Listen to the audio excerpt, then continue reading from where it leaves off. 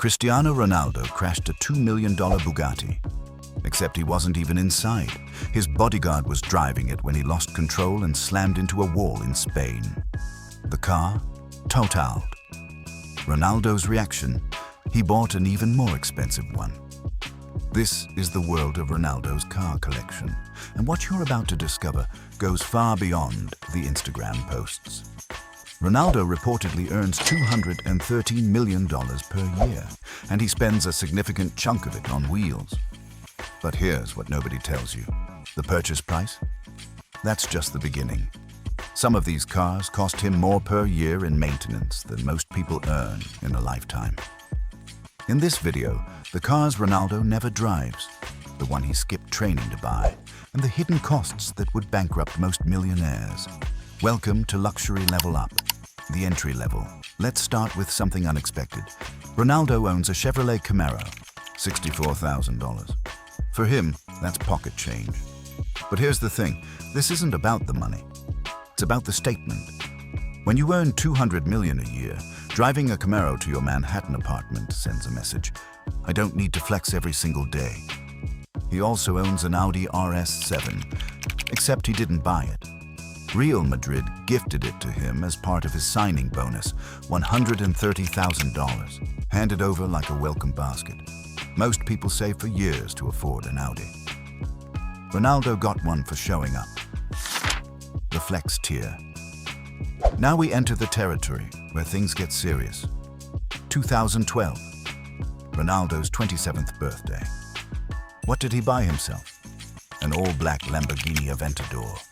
He posted it on Instagram the next morning with one word, "Bom dia." Good morning. Rumor has it he didn't stop at one. Some say he also owns an all-white Aventador. Nobody's confirmed it, but knowing Ronaldo, it's entirely possible.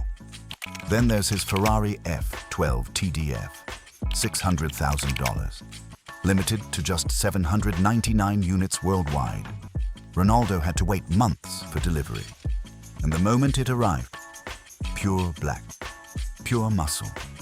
Tour de France edition, built to honor a legendary race. But here's where it gets interesting. These cars. Ronaldo barely drives them. The Aventador sits in his garage most of the year. The F12 TDF shows up for photo ops. They're not transportation, they're trophies. The gifts. When you're Cristiano Ronaldo, luxury brands don't just sponsor you, they hand you cars. Mercedes-Benz gave him an S65 AMG Coupe, $230,000 for free. It's the only 12-cylinder performance car made by a German premium brand. Road surface scan technology that reads the pavement ahead and adjusts suspension in real time. Ronaldo called it his big fat Mercedes on Instagram. He's been spotted with both a white one and a black one. Either he has two, or Mercedes keeps sending them.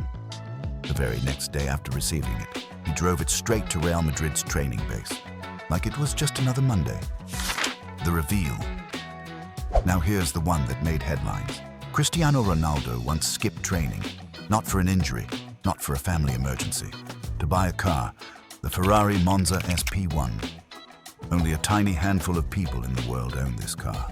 It's so rare, there's a life-size Lego version of it displayed in Denmark.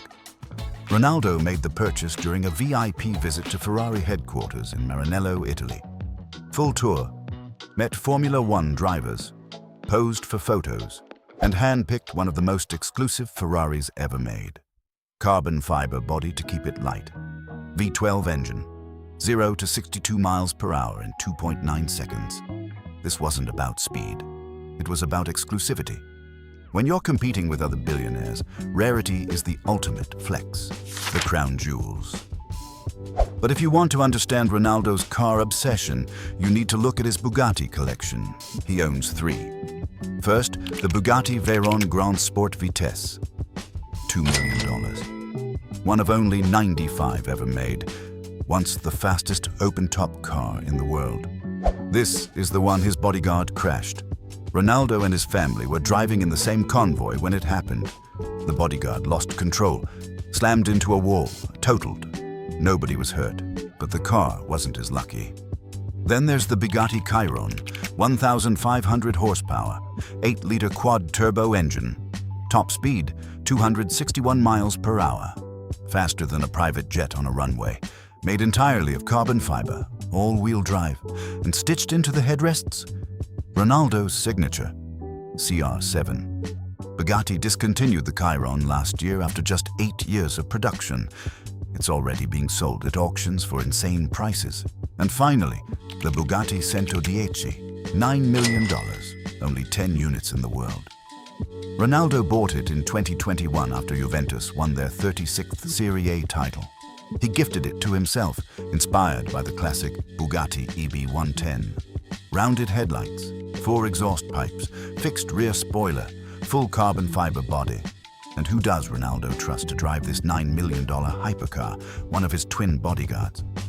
Both ex-Portuguese soldiers who've been protecting him since 2021. Imagine being trusted with a car that only 10 people on Earth own. The real cost. But here's what nobody talks about.